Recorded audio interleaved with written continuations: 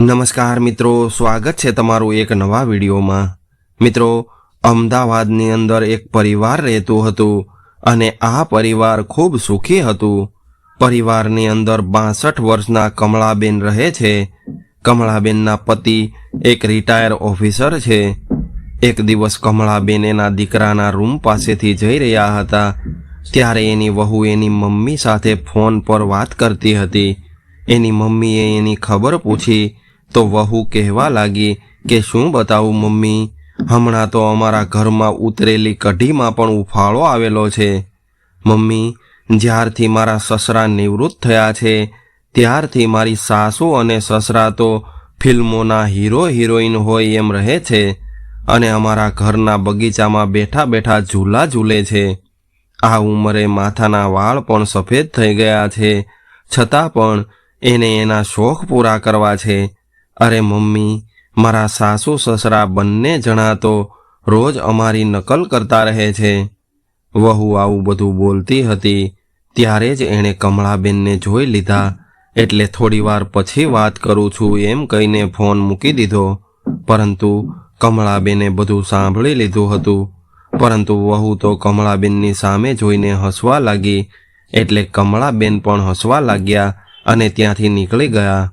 પણ કમળાબેને સમજદારી રાખી અને આ વાતને નજરઅંદાજ કરીને જતી કરી। જોકે કમળાબેનના પતિ નિવૃત્ત થયા ત્યાર પછી એની આવી જ દિનચર્યા હતી। કમળાબેન એના પતિ માટે રોજ સારા સારા કપડાં પહેરતા અને એના પતિ સાથે ઝૂલા પર બેસીને ઝૂલા ઝૂલતા। આ ઝૂલો એના મકાનની બહાર ગાર્ડનમાં હતો। કમળાબેને એનું આખું જીવન દીકરાનું ભવિષ્ય સુધારવામાં વિતાવી દીધું હતું અને હવે એના પતિની એવી ઈચ્છા હતી કે એક સારું મકાન બનાવવું છે અને એમણે પોતાના સપનાનું ઘર પણ બનાવ્યું અને એના ઘરમાં એક બગીચો પણ હોય એવું બંને પતિ પત્નીનું સપનું હતું। આ બગીચો ખાલી બગીચો નહોતો, પરંતુ એના સપનાનો બગીચો હતો। એમાં ઘણી પ્રકારના ફૂલછોડ હતા, એટલે જ એ બંને જણા આ બગીચામાં બેસીને પોતાના મનને પ્રફુલ્લિત કરતા હતા। આ બગીચો એ બંનેના મનને એટલી શાંતિ આપતો કે કલાકો સુધી બેસ્યા પછી પણ ઉઠવાનું મન ન થાય। શિયાળાની સિઝનમાં આ બગીચામાં લાકડાની ભઠ્ઠી કરીને બટાકા અને શક્કરિયા શેકીને ખાવાનો આનંદ કંઈક અલગ હતો। તો વળી ચોમાસામાં શેકેલી મકાઈના ડોડાનો આનંદ લેતા।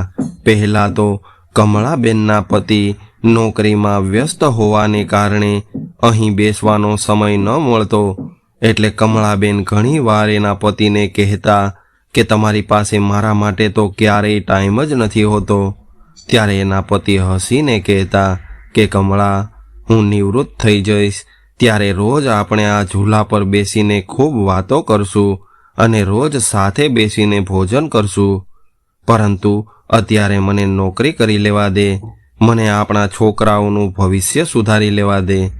આવું વિચારીને કમળાબેન અને એના પતિએ પોતાના બધા જ અરમાનોનું બલિદાન આપ્યું હતું।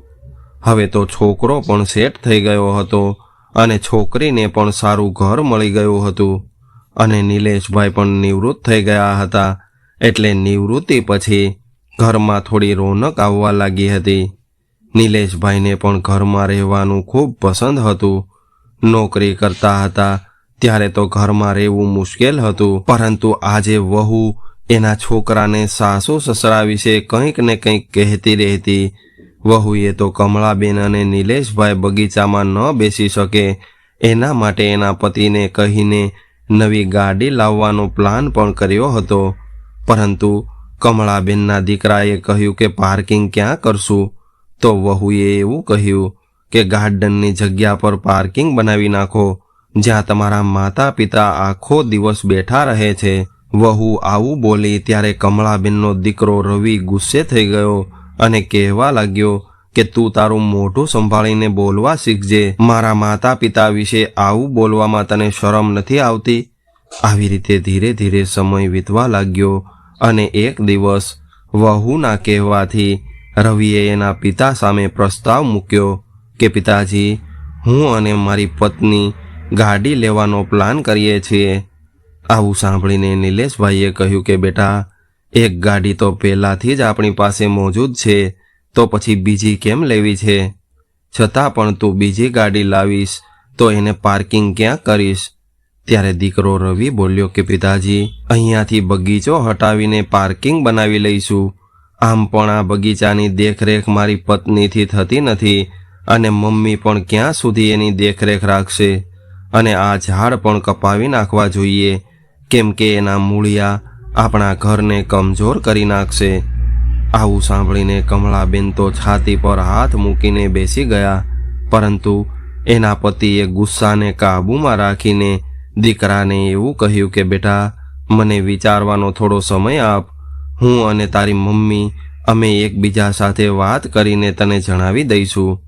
નિલેશભાઈની આવી વાત સાંભળીને દીકરો ગુસ્સો કરીને કહેવા લાગ્યો કે મારી મમ્મી સાથે શું વાત કરવાની હોય? આમ પણ જગ્યા તો એમને એમ ફાલતુ પડી રહે છે. તમે બંને આખો દિવસ કંઈ પણ સમજ્યા વગર અથવા તો કોઈની શરમ રાખ્યા વગર અહીંયા ઝૂલા પર બેસી રહો છો.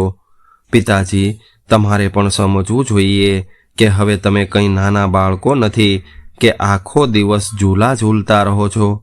તમને જરા પણ વિચાર નથી આવતો કે લોકો કેવી કેવી વાતો કરશે? આ ઉંમરે પણ બંને જણા પાસે બેસીને ઝૂલા ઝૂલો છો. પિતાજી, હવે તમે તમારી ઉંમરના લોકો સાથે બેસવાનું રાખો, મારી મમ્મી સાથે નહીં. તમારી ઉંમરના લોકોની સાથે બેસવા જશો તો સારા લાગશો.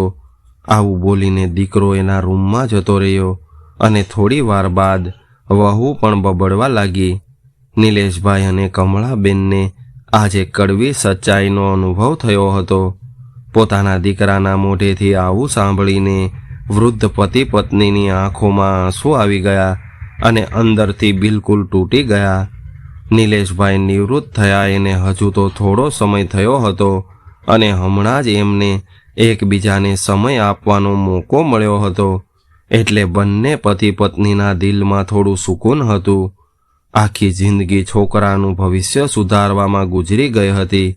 આજે દીકરા અને વહુએ હોટલમાંથી ભોજન મંગાવ્યું, પણ કમળાબેનને આજે ખાવાનું મન ન થયું, એટલે એ ભૂખ્યા પેટે સૂઈ ગયા. ઊંઘ તો નિલેશભાઈને પણ ન આવી, અને એ તો કમળાબેનની માનસિક સ્થિતિ જાણતા હતા, એટલે એ વિચારમાં ને વિચારમાં સૂઈ ગયા. પણ જ્યારે સવારે નિલેશભાઈ ઉઠ્યા તો બિલકુલ શાંત હતા, અને ઉઠીને સીધા જ રસોડામાં ગયા અને પોતે જ ચા બનાવીને પી લીધી, અને કમળાબેન માટે પણ ચા લઈ આવ્યા. એટલે કમળાબેનની આંખોમાં આંસુ આવી ગયા, અને રડતા અવાજે એવું કહ્યું કે શું વિચાર્યું તમે? કમળાબેને આવું પૂછ્યું એટલે નિલેશભાઈ બોલ્યા કે તું શાંતિ રાખ, હું બધું જ ઠીક કરી દઈશ. કમળાબેન એટલા ઉદાસ હતા કે એ દિવસે બગીચામાં પાણી છાંટવા પણ ન ગયા, અને કોઈની સાથે વાત પણ ન કરી. આખો દિવસ બધું નોર્મલ રહ્યું, પણ સાંજે જ્યારે દીકરો ઘરે આવ્યો અને બહાર બોર્ડ જોયું, એટલે દીકરો ચોંકી ગયો અને એના પિતાને પૂછવા લાગ્યો કે પિતાજી, આપણા ઘરની બહાર મારા નામનું બોર્ડ હટાવીને તમે તમારા નામનું બોર્ડ કેમ લગાવી દીધું છે? ત્યારે પિતાજી બોલ્યા કે બેટા, મારા સ્ટાફનો એક વ્યક્તિ જે મારો મિત્ર છે, અને એ આવતા મહિને નિવૃત્ત થાય છે, અને એ આ ઘરમાં રહેવા આવવાનો છે. નિલેશભાઈએ ખૂબ શાંતિથી આવો જવાબ આપ્યો, પરંતુ આવું સાંભળીને દીકરો કહેવા લાગ્યો કે પપ્પા, એ આપણા ઘરમાં ક્યાં રહેશે? તો પિતાજી બોલ્યા કે બેટા, એ તારા રૂમમાં રહેશે. આટલું સાંભળ્યું એટલે દીકરો ગુસ્સે થઈ ગયો અને કહેવા લાગ્યો કે કદાચ એ લોકો અહીંયા રહેવા આવશે તો અમે ક્યાં રહીશું? એટલે પિતાજી બોલ્યા કે બેટા, અમે તમને એટલા લાયક બનાવી દીધા છે કે તમે ખુદનું મકાન લઈ શકો છો, અને જ્યાં સુધી તમારું ખુદનું મકાન ન મળે ત્યાં સુધી કંપનીના મકાનમાં તમારી ઉંમરના લોકો સાથે રહી શકો છો, કારણ કે હવે અમે અહીંયા અમારી ઉંમરના લોકો સાથે રહેવા માંગીએ છીએ. કારણ કે તારી મમ્મીનું આખું જીવન બધાની સેવા ચાકરી કરવામાં વીતી ગયું છે, ક્યારેક વડીલોની સેવા તો ક્યારેક છોકરાઓની સેવા. એટલે હવે તું જીવન જીવવાની અને શરમની શિખામણ તારી ઉંમરના કોઈ સારા માણસો પાસેથી લઈ લેજે. આવું સાંભળીને દીકરો માથું નમાવીને કહેવા લાગ્યો કે પપ્પા, મારો કહેવાનો મતલબ આવો બિલકુલ નહોતો. એટલે પિતાજી બોલ્યા કે ન બેટા, તમારી પેઢીએ અમને ખૂબ સારો સબક શીખવાડી દીધો છે. જ્યારે અમે તને અને વહુને સાથે જોઈને ખુશ થઈ શકીએ છીએ, તો અમને બંનેને સાથે જોઈને તમે કેમ ખુશ નથી થઈ શકતા? તમને શું તકલીફ છે? બેટા, આ મકાનને તારી મમ્મીએ ઘર બનાવ્યું હતું. આ બગીચાના ઝાડ અમે તારા માટે કેટલી માનતાઓ કરેલી એના સાક્ષી છે. તો પછી આ બગીચો હટાવવાનો અધિકાર તને કોણે આપ્યો? બેટા, હું આ અધિકાર તને ક્યારેય નહીં આપું. નિલેશભાઈએ આવું કહ્યું એટલે રવિ કહેવા લાગ્યો કે પિતાજી, તમે તો સિરિયસ થઈ ગયા લાગો છો. આવું બોલીને દીકરાના અવાજમાં નરમી આવી ગઈ. ત્યારે પિતાજી બોલ્યા કે નહીં બેટા, તારી માએ કેટલા બધા દુઃખ વેઠીને એની ઈચ્છાઓનો ત્યાગ કરીને મને સાથ આપ્યો છે, અને આ સહયોગના લીધે જ આજે મારા માથે 1 રૂપિયાનું પણ દેવું નથી. એટલે આ બગીચો જ નહીં, પરંતુ આખું ઘર તારી મમ્મીનું ઋણી છે. આ ઘર તારા પહેલાં તારી મમ્મીનું છે, કેમ કે પહેલાં જીભ આવે છે, ત્યારબાદ દાંત આવે છે. જિંદગી તો અમને પણ એક જ વાર મળી છે, એટલે અમે અમારું જીવન ખુશીથી અને અમારા હિસાબથી એન્જોય કરીને જીવવા માગીએ છીએ. એટલે હવે તમે લોકો તમારા રહેવાની કોઈ પણ જગ્યાએ વહેલી તકે વ્યવસ્થા કરી લેજો. ત્યારે દીકરાને સત્ય સમજાઈ ગયું અને માફી માગવા લાગ્યો, પરંતુ નિલેશભાઈએ માફ ન કર્યું. મિત્રો, શું નિલેશભાઈનો આવો નિર્ણય બરાબર છે? તમે કોમેન્ટ કરીને જણાવી શકો છો. અને આજની કહાની પસંદ આવી હોય તો વિડીયોને લાઈક, શેર અને નવા હોય તો ચેનલને સબસ્ક્રાઈબ જરૂરથી કરજો. હર હર મહાદેવ.